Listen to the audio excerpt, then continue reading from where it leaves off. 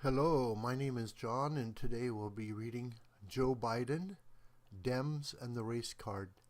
They Don't Leave Home Without It by Larry Elder on Townhall. Posted April 26, 2018. Larry Elder is a best-selling author and radio talk show host. To find out more about Larry Elder and become an Eldorado, visit larryelder.com. Former Vice President Joe Biden recently told MSNBC's Reverend Al Sharpton that the GOP wants voter identification laws for one reason. Racist Republicans so despise blacks and are so determined to oppress them that they seek to prevent all blacks from voting. Biden said, "It's what these guys are all about, man.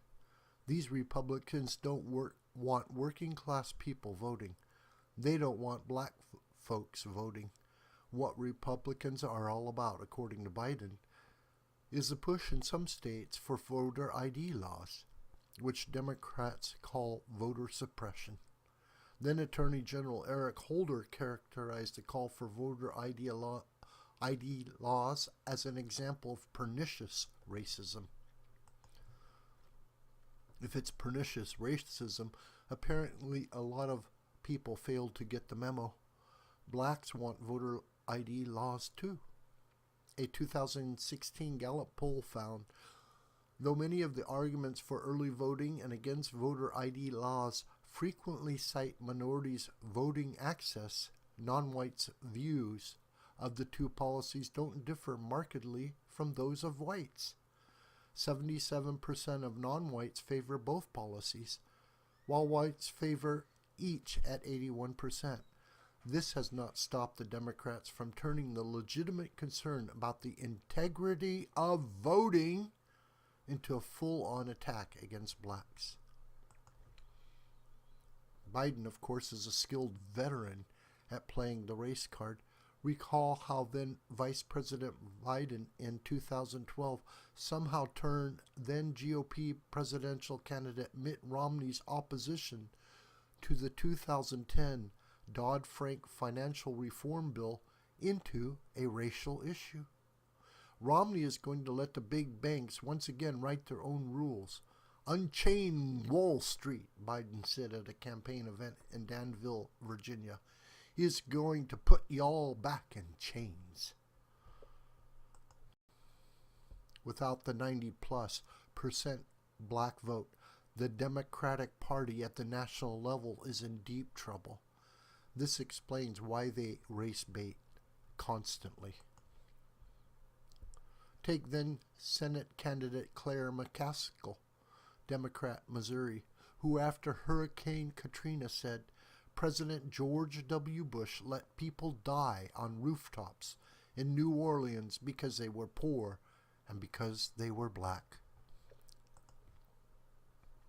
Hillary Clinton, during the 2016 campaign, complained about what she called the school-to-prison pipeline. Clinton said, "We've seen a significant increase in police involvement in school discipline, especially in schools with majority black students. We're seeing an over-reliance on suspensions and expulsions. I'm sure many of us remember that horrifying video of the girl in South Carolina being thrown out of her desk and dragged across her classroom by a school police officer. A classroom should be a safe place for our children. We shouldn't even have to say that, I don't think. So today I'm announcing my plan to end the school-to-prison pipeline. So the cops lie in wait to arrest innocent young blacks? Not one word about personal responsibility?"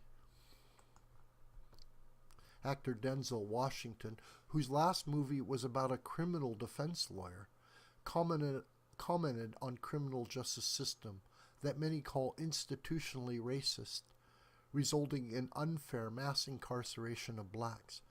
But Washington wasn't buying it. He said, "It starts in the home. You know, if the father is not in the home, the boy will find a father in the streets. I saw it in my generation and in every generation before me and everyone since. If the streets raise you, then the judge becomes your mother, and you know prison becomes your home. As a result, Washington said, so you know, I can't blame the system. In other words, the breakdown, or more precisely, the non-formation of the nuclear black family is a far, far bigger problem than the allegedly racist criminal justice system. I repeat, the breakdown, or more precisely, the non-formation of the nuclear black family is the far, far bigger problem. But as long as the Democratic Party continues to market itself as a party of social justice in an ever-racist America, the party thinks it can capture the black vote. Who cares whether it's counterproductive for Dems to tell young blacks that hard work doesn't pay off? It's the votes that matter. Former Washington Post investigative journalist Ron Kessler wrote in his book, Inside the White House, that President Lyndon Johnson, in touting the Civil Rights Act of 1964, said, I'll have those N-words, niggers, voting Democrat for the next 200 years. President Donald Trump, through his Secretary of Education, urges parental choice in schools. Polls show that inner-city parents want the option to remove their kid from underperforming public schools, where many of those who graduate cannot read or do math at grade level. Many graduate without the skills employers want. Many of those pursuing higher education must take remedial courses to compete at the college level. Yet to Biden and the Democrats, Trump, who wants to do something about the quality of education in inner cities, is racist. And racist Trump wants to eliminate the competition for jobs held by illegal aliens.